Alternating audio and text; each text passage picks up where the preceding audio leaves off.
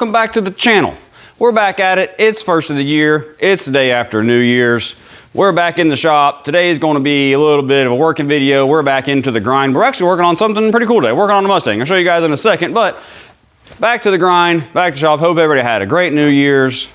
Get back at it. Everybody looking forward to a brand new year, getting things kicked off. Let's get this video started. But first, let's talk about something. I'm sure anybody who's watched, you've seen a couple of BMX bikes. One thing I like to do is a bike of the month.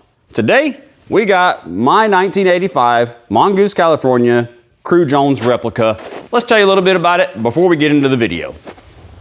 All right, so I told you we're going to talk about bikes. Anybody at all familiar with this movie, Rad? This is my all-time favorite movie. I wore this VHS tape out as a kid, quite literally. So I've always had a strong attachment to bicycles. Played with bicycles as a kid, rode BMX a little, very amateurly, but mainly ripping around the neighborhood, and I just always loved bicycles. So this movie was super inspiring to anybody that loved BMX in the 80s, 90s. I was more late 80s, 90s. If you knew anything about BMX, you loved the movie Rad. So once I got a little older, obviously, yeah, we goof with bicycles. Got the motorsport bike on the back of the old convertible here, just goofing around. But today we are talking about this right here. So this is the bike that the main character in the movie Rad, he rode. Crew Jones. Started as just a neighborhood kid. Give you a quick story of the movie. He was supposed to be a neighborhood kid, didn't have anything, had this old junky bicycle, but he wanted to race. So he qualifies for the race and he makes it. So I just had to build me a replica. Speaking of the VHS tape, that's mine from when I was 6 years old. Let's talk about this bike real quick. It is not 100% correct as it should be. I need to get a set of Pro Class wheels to put on it to upgrade it, but it's a sweet little Survivor 85 Mongoose Californian that I decked out with all the cool Crew Jones bits and pieces. Now that I've bored you enough about that, anybody likes bicycles, drop a couple comments and we'll do a couple more bicycle videos. Obviously, you see another Crew Jones number plate. That's my childhood. 93 GT Mach 1 up there. Anybody knows GT bicycles just went out of business, which is a big deal for the BMX community. Anyways, enough about bikes. Let's talk about what we're working on today. All right, so like I said, we got a Mustang in the shop today. Back to work, first day back to work, and we get to play with a Mustang on the channel. Hey, cool. So this is a customer of mine / friend's car. This is his son's car. I believe this is his son's first car, if I'm saying that right. He got it. It was just a bone stock SN 95 car. I think this is a 96 or 7. I'll have to check in just a second. So it's a 4.6 non-PI automatic car. Great first Mustang for a teenager. Good to throw a couple mods at it. He's already put some exhaust on it. Sounds really cool. He threw the newer model bullets on it. It's looking good. He's been messing with it. A perfect car to start with. Even if you're not 16, if you're wanting to get into Mustangs, I know they're not the most powerhouse in the world, but these cars are so fun. Not the craziest as far as power goes. It had a little less than the new Edge cars, but this was kind of the first 4.6 in a Mustang. So needless to say, Ford was figuring some things out. Anyways, that being said, these cars are a fantastic platform. You can buy them fairly cheap.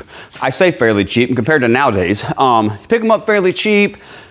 Throw some cheap mods at it, lower it, put some exhaust on it, and you can't have much more fun. Speaking of lowering, that's what we're actually gonna do today. So you can see the car has basically stock ride height. It sits pretty high. Well, we're about to fix that. So hold on a second, let me grab you guys and I'll show you what we're actually putting in this car. So here we are, here's our little SN car. You can see she's sitting pretty high, stock ride height, but it's a great looking little car. Mach 1 chin spoiler. Like I said, it's got the newer style bullet wheels. I think they're off of like the 05 to 09 cars, something like that. But let's talk about what we're gonna do. We're actually gonna lower this car with a simple spring shock strut combo. These springs are from SVE. Sorry about that picture. Let's see if we can get in there a little better. SVE springs, there's a part number if anybody's interested. I'm actually not sure how much drop these are. Let's unbox them. Yeah. There you go, basic set of lowering springs. And we're also gonna do shocks and struts. And he didn't go crazy, like I said, it's a teenager's car. He's not looking, he's not about to track it. He's not taking it, you know, carving corners or whatever in it. But from looking, I've done some work on the car before. I'm pretty sure it has all the stock struts, shocks, all that stuff. So he got a great set of just part store replacement KYBs. Gonna be just a great upgrade for the car over stock and help it not ride terrible on some worn out shocks and struts and you just put a stiffer lowering spring in it. So I just want to take you guys along with this and show you that if you guys got an SN car, a New Edge, a Fox body, any of these vehicles, they're all pretty much the same as far as lowering goes. So I just wanted to drop a video for you guys and show you just a basic lowering spring shock strut install, which is, in my opinion, one of the best upgrades you can do to this car. Get it looking good. It's going to handle a little better. And this is something that you guys can do by yourself, you and your buddies can do in the driveway in a matter of a few hours and get some awesome results. So hang tight. Let's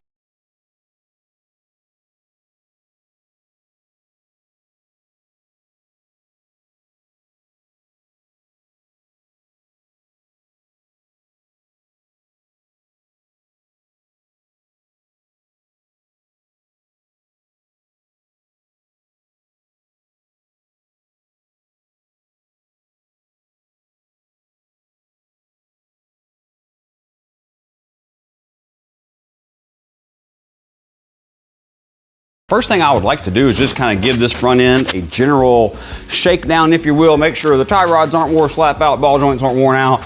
I'll actually be able to tell more about the ball joints when we get it apart. If it needs tie rods, ball joints, now is the time to do it if you're in there. I know it's a little bit more money if you've already bought your shocks and springs or whatever. It's worth it to spend the extra little bit of money. If you got some worn out front end components, go ahead and knock it out down. So this, I feel a little bit there in the tie rod end. Could be, yeah, I think we've got an inner and outer with a little bit of play here. Could be just a wheel bearing. Let's check the other side.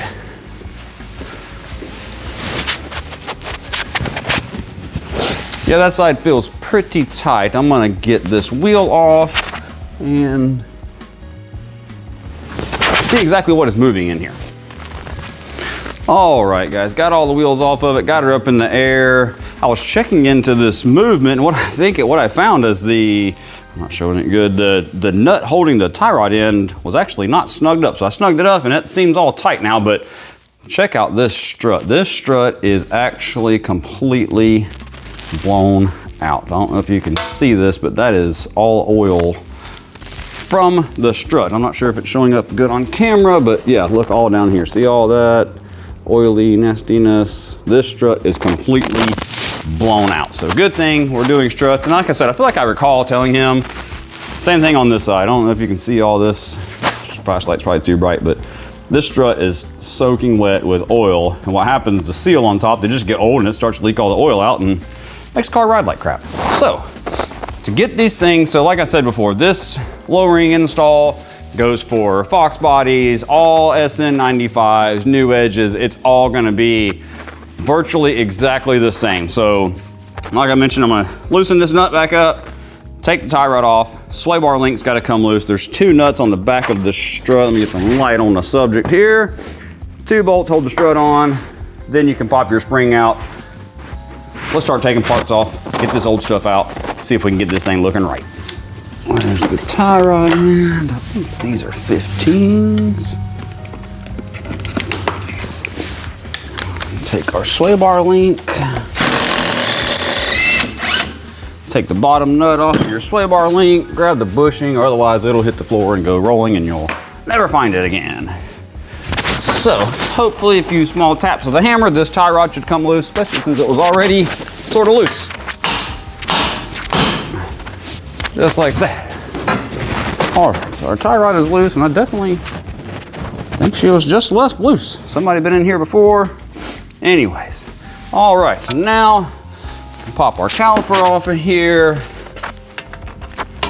Anytime you're pulling a brake caliper off, if you can avoid it at all, try to hang the caliper from something so it's just not hanging on the brake hose, especially this old brittle, not brittle, but just these old Mustangs, old cars, period. The brake hose is probably not in the best of shape, so it doesn't need any help. These actually look fine, but my point is, it's never good to just hang your caliper from the brake line. It's not gonna be happy.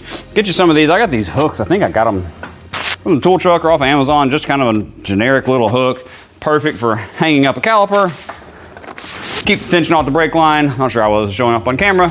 We're gonna now take our 2 strut nuts off. Then we can get the spring, go up top, take the strut nut off, get the spring strut out. We'll show you the difference between the old and the new. hang tight. So I'll usually take the top bolt all the way out, loosen the bottom bolt, because once you get this bottom bolt loosened and you've got your end link and everything loose, there's nothing holding this spring in but that nut. You'll have to support the spring, then we can take this bolt out. But for just pre-disassembly, I go ahead and take everything loose that I can, leave this one bolt in the bottom. So when you're ready to take it out, you're just ready to take the one bolt out, slide the spring out. We got that far. Let's grab something to lower this thing down, support the spring, pop the spring out, get this top strut nut loose, show you what we got. Once again, our OSHA approved jack stand, and there we go. So let's open the hood on this unit. Car has a pretty nice tan interior, and you guys saw from my Ruby video, I like tan interior. So on all of your Mustangs, like I said, Fox, SN, New Edge, you're gonna have a single strut nut. And if you're not doing camber caster plate, all you gotta worry with, take the center nut out. Sometimes it's gonna be kind of tricky. The shaft is gonna wanna spin. And if you're replacing them, then it doesn't really matter. You can get in here and hold the strut shaft with a pair of vice grips. If you're reusing them and you're taking them off, whatever, you don't want to do that because you don't want to mess up your strut shaft. In this case, we're taking them off. They're going in the garbage, so we don't care. A little bit of the good stuff on there. It's not too rusty, but this stuff's been on here since however old this car is. Let's actually double check that. What year? 97. So if that's the original hood and that's all correct, then this is a 97 Mustang GT. Yeah, see? We're spinning the whole deal. So, this can get complicated. All right, so everything's loose, the strut is out. I got the strut nut out. Sometimes you have to go from the bottom and grab the strut shaft with a pair of pliers. If you have to mess up your boot, make sure I was not hesitant to cut these because I have some more of these. I always save this little boot, so you have to cut them sometimes to get in there. I have some of these, so I didn't mind to cut it because I keep some stock ones around. I'm a parts hoarder, but anyway, so if you have to cut this to get in there, access, it's not the best way, but if these things are rusted on the top really bad, you have to get in here and hold this shaft from spinning while you're trying to turn the nut.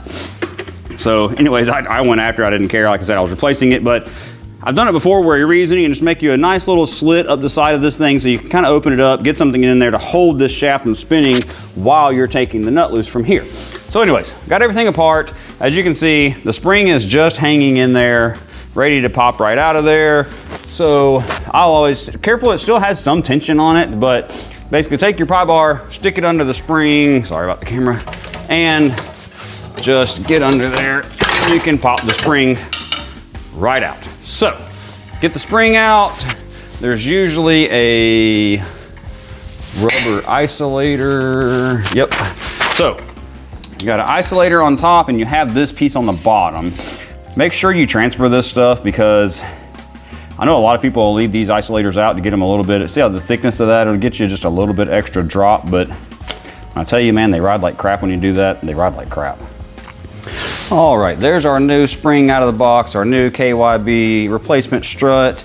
I measured the spring difference, and like I said before, I didn't know how much of a drop these springs are, but it looks like just the spring is about 1.5 inches shorter. Now that doesn't, just because the spring's shorter, that doesn't mean that's all the drop you're gonna get, because this coil looks like it is definitely progressive. Yeah, see how they're tighter at the bottom, they get more spaced apart at the top. That's a progressive rate spring. So this spring could have some initial softness in the spring to give you some good ride, but then when it compresses to the stiffer part, gives you some better handling from what I understand. So, looks like it's about 1.5 inch drop. Like I say, with the softness of the progressive spring, it may be closer to 2 inches when it settles, but I think these springs are actually probably advertised at 1.5 inch, 1.75 inch drop. So, let's get our spring, new strut in there, move on the other side so we can get to the rear and show you guys what's involved in it. All right, so we're ready to put our new spring in. Got the spring isolators transferred. This one kind of sits on there, but quick note, one thing you want to check, these spring pockets are always full of dirt and rocks and stuff, so just make sure you give yourself just 2 seconds, clean all this stuff out. So your spring sits in there nice and flush. Now putting a new spring in is exactly opposite of taking the old one out. It's just going to be a little easier. So this spring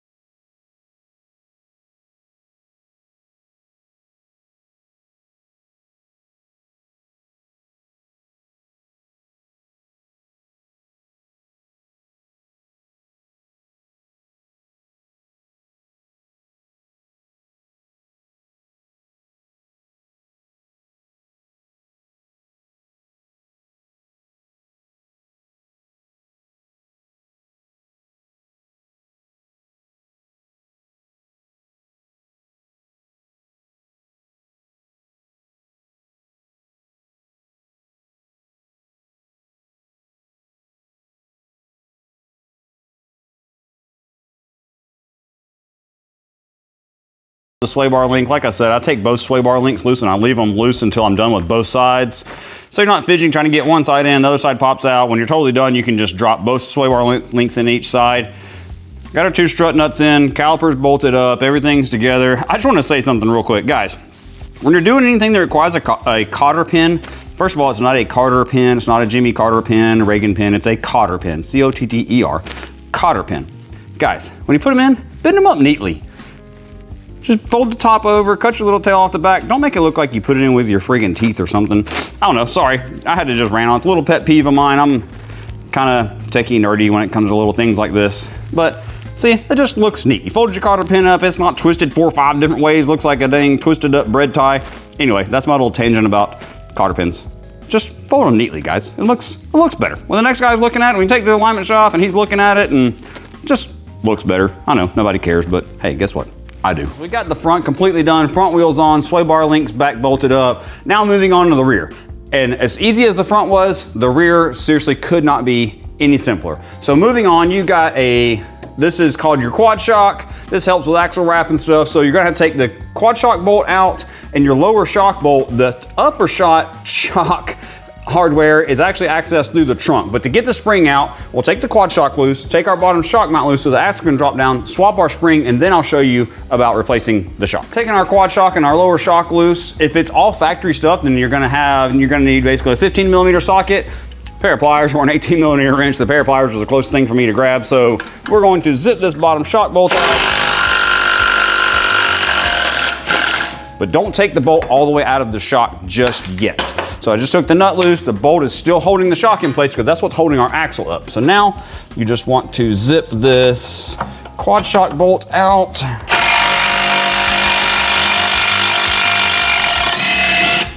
And you can take it all the way out. All we're doing when taking the quad shock loose is just getting enough drop out of our axle so the spring can come out.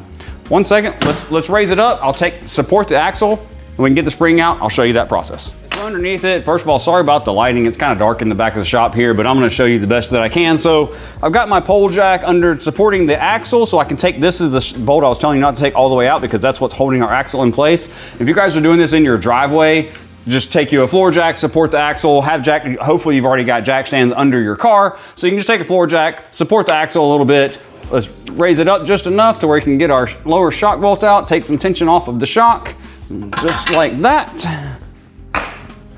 Once we drop this down, then it will give us enough droop on the axle to where the spring will be relieved and we can slide it out.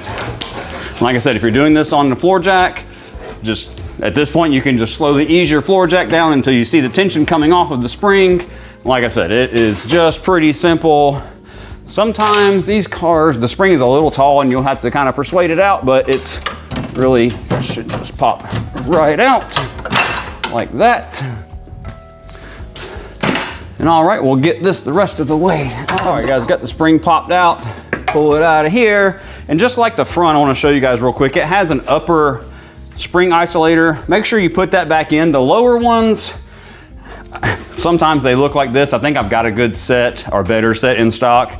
One thing, if you guys are doing this, a good thing to go ahead and buy above your shocks and springs is most companies make a urethane set of these little isolators. For some reason, they're really thin. The rears always get beat out of these Mustangs. I think that a urethane isolator set's about 20 or 30 bucks. Good investment. These aren't too bad. Like I said, I think I've got some decent lowers. So let's get this spring out. We'll get the new spring out of the box, get it shoved up in there. Be right back. All right, guys, going in with the new spring, you'll have to kind of pull the axle down a little bit, but it'll pop right in there. Yeah, like I said, it is extremely simple. Make sure your little bottom rubber isolator kind of tucks in there. They are the worst. They're super brittle. I had a decent set, but they're still kind of coming apart. But all right, put your pole jack under, start your lower shock bolt. Actually, pause. All right, guys, like I said, you got to get the top shock nut through the trunk here. So we're in the trunk. This little side panel, you can just kind of pull it back. You don't have to completely disassemble all of the interior, but this little, see that carpet panel? Same thing over here. Just fold it back, zip your strut nut loose.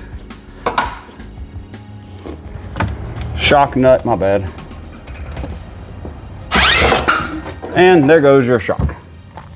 All right, guys, got the spring all the way in, got our shock in. It's just like the front. It's a off-the-shelf part store, KYB shock strut. It's great for what we're doing with this car. Great daily driver deal.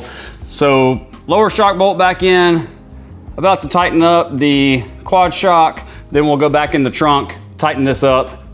We'll be close to wrapping this thing up. See what she looks like. You gonna take us for a ride, Mocha? All right, guys, as you can see, it's a little dark on this angle, but we are fully back together with the Mustang. Got all of our springs and shocks in. Just one last thing we need to do that I want to show you. Good thing to do. This is your, they call it a pinion snubber. It's also your bump stop. Bolts up in, let's see if I'm getting this good on video. Bolts up under the diff like this, like so. Can you guys see that? It's really crappy. Anyways.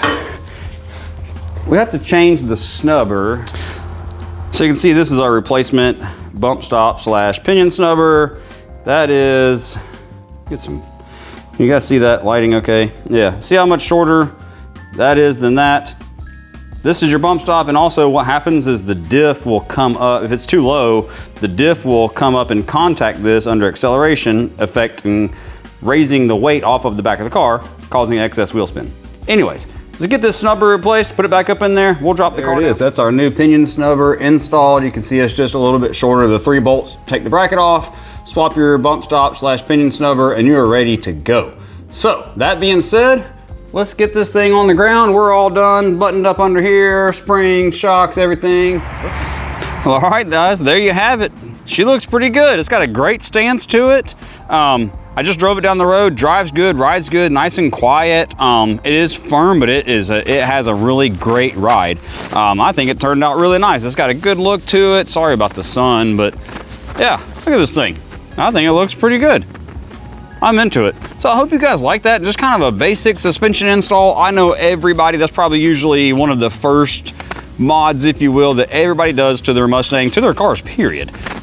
So I thought I'd do just a little simple shock and spring install, because that's generally people's first thing you do. And then you graduate to coilovers if you're like me, and you just go off the deep end, and then your car starts to ride like crap, and you remember how good it used to drive and all that fun stuff.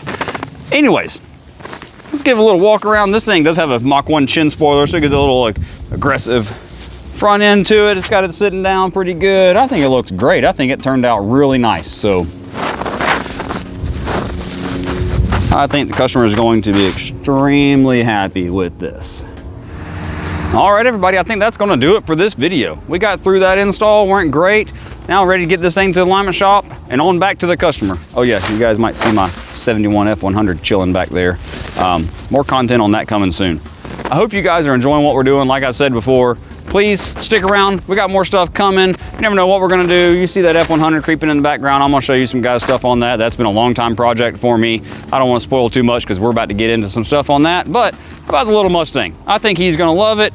I had fun doing it. Good, simple job for me. Morning's worth of work. Like I said before, you guys can do this in your driveway in a matter of a few hours and be cruising the block in no time.